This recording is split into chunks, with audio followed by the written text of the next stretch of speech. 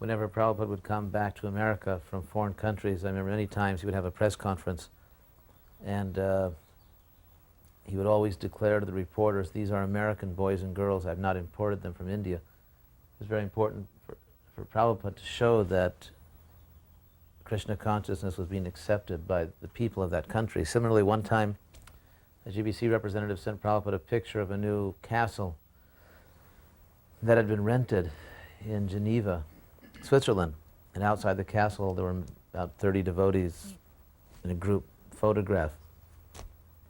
He sent this to Prabhupada, a big glossy picture. Prabhupada wrote back and said, it's very nice, but I have one question. Are these local devotees, or have you brought them from somewhere else?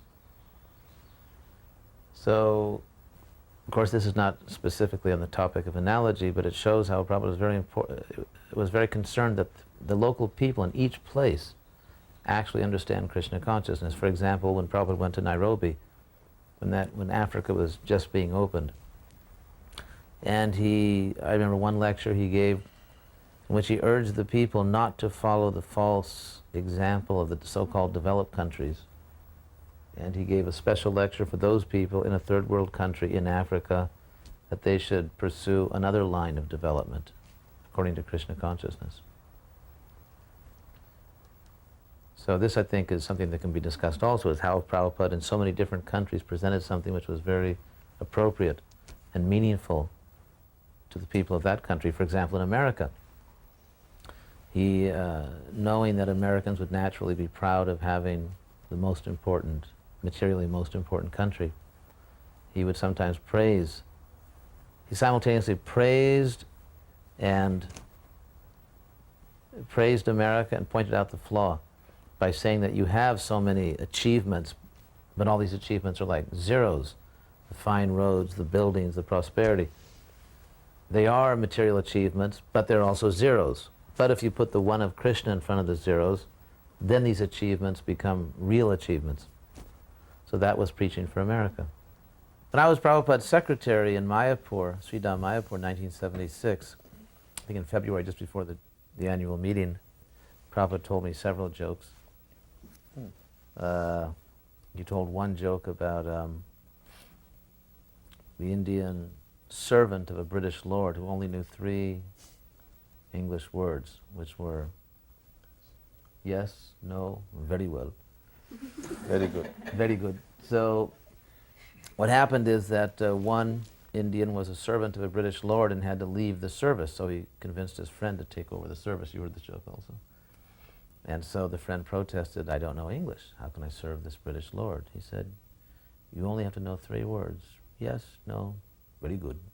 He said, if you know that, that's enough. So one time, so he took the job. So one time there was something missing. And so the British lord accosted this servant and said, did you take this object? He said, yes. No. So, will you give it back? No. So I'm going to call the police. Very good.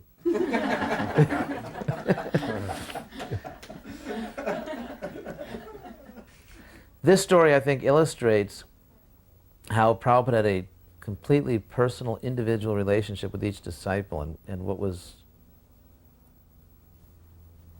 appropriate for one person, maybe not for another, depending on the special relationship each had with Prabhupada.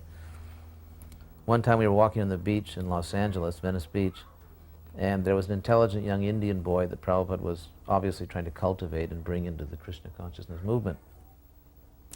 So the boy came apparently from a good Hindu background, and as Prabhupada was speaking, he would occasionally quote some Sanskrit from the Bhagavad-gita, and Prabhupada would give him tremendous praise. Well, that's very nice, so you know that verse, very good, it's very good. And Prabhupada was encouraging him very much to quote these Gita verses. So I began to think, boy, this boy is getting so much attention and mercy from Prabhupada by quoting Gita verses. I know Gita verses. So I began to think, I want to get some of this mercy myself. But of course, this boy was just an outsider that Prabhupada was trying to cultivate. I was supposed to be Prabhupada's, trusted son. To make a long story short, as we were driving back, we were a couple of blocks away from the temple, I said, Prabhupada said something, I said, oh yes, Prabhupada, that reminds me of the Bhagavad-gita verse. And I quoted the Sanskrit. So Prabhupada just turned around and gave me this look. and said, "There are so many verses." And so that's the last time I ever tried that one.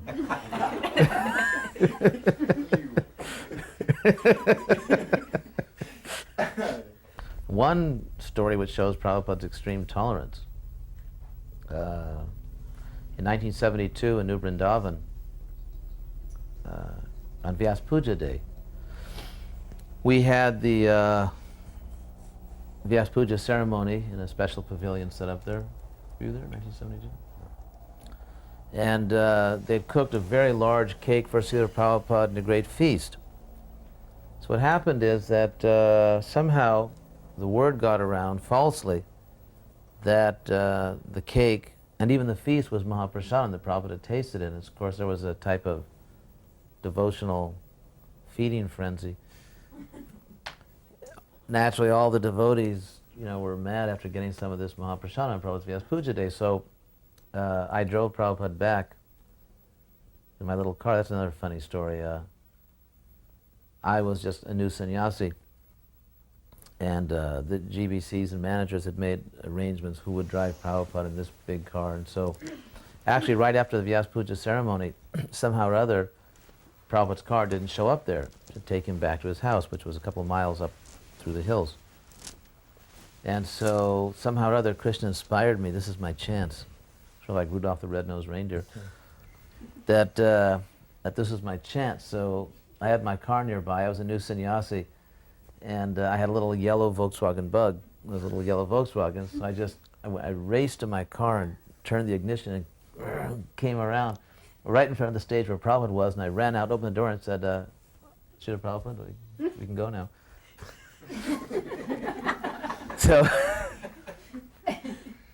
So anyway, one of the, I won't mention the name, but one of the big leaders was absolutely infuriated by this.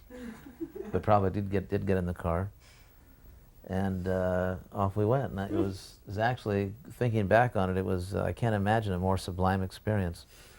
On Prabhupada's Vyas Puja Day, driving him alone through the forests, the hills like that. And so we drove a few miles up to Prabhupada's house, and then and actually as we pulled in, that leader had somehow gotten up there and he was sort of making faces and sort of cursing me so that Prabhupada couldn't see it, but I thought, well, I got the mercy.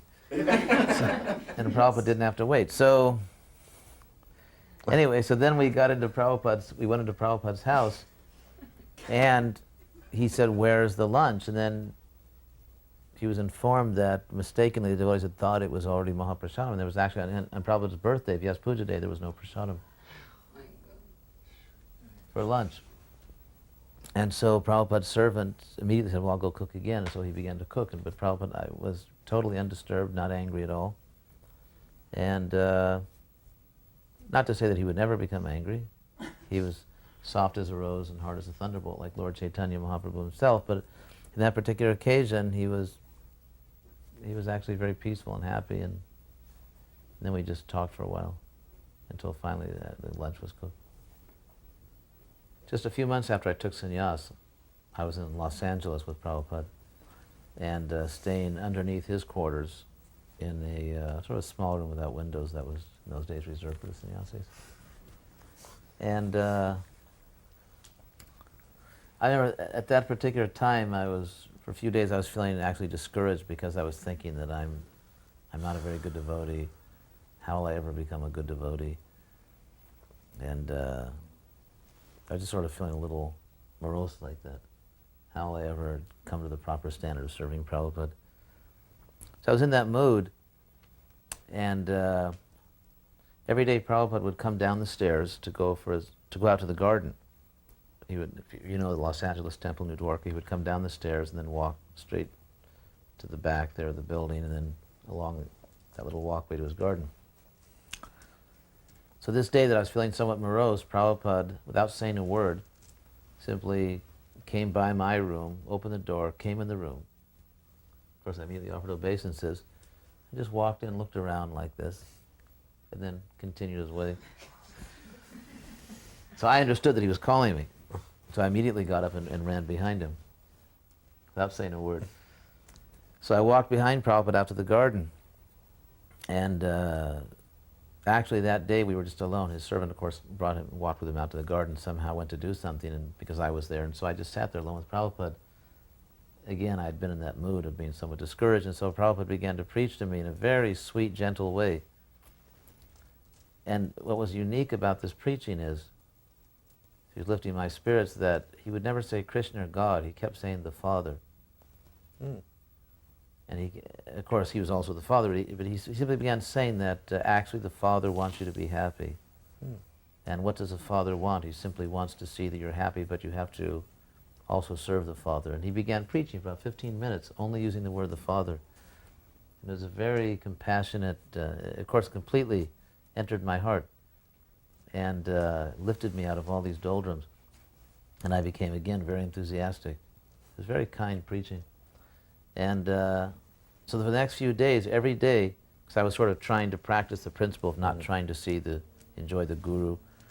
So I would just stay in my room, and every day in the afternoon on his way out to the garden, he would walk in, again, just walk into my room, just right through the door, and just sort of look around, and turn on his heels and walk out. And every day I would run behind him. Mm. This was in I think late 1972, if I'm not wrong. Prabhupada came to New York. And at that time, ISKCON Press was in New York, in Brooklyn. So after a few days of Prabhupada's stay there, the artists had a chance to come and show Prabhupada all their new paintings, and he would look at them and approve or make suggestions or request corrections or whatever. So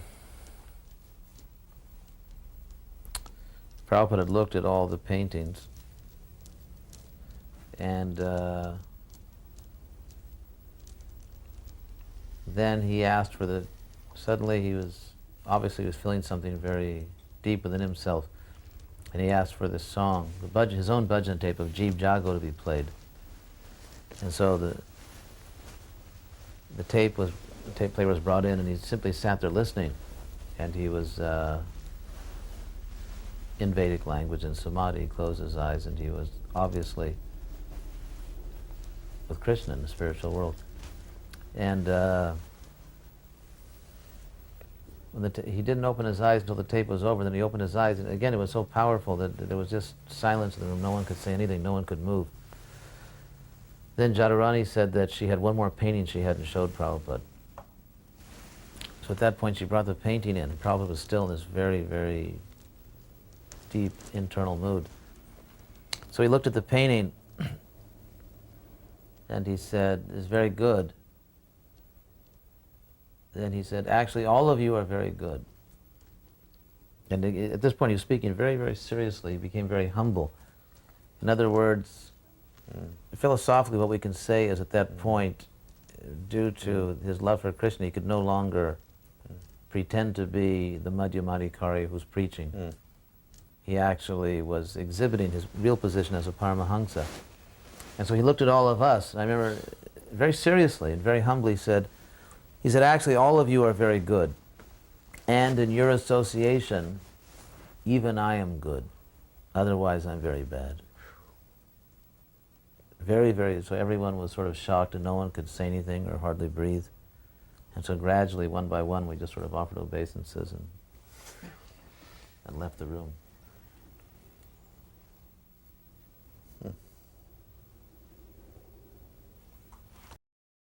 Je anilo premadana Karuna prachu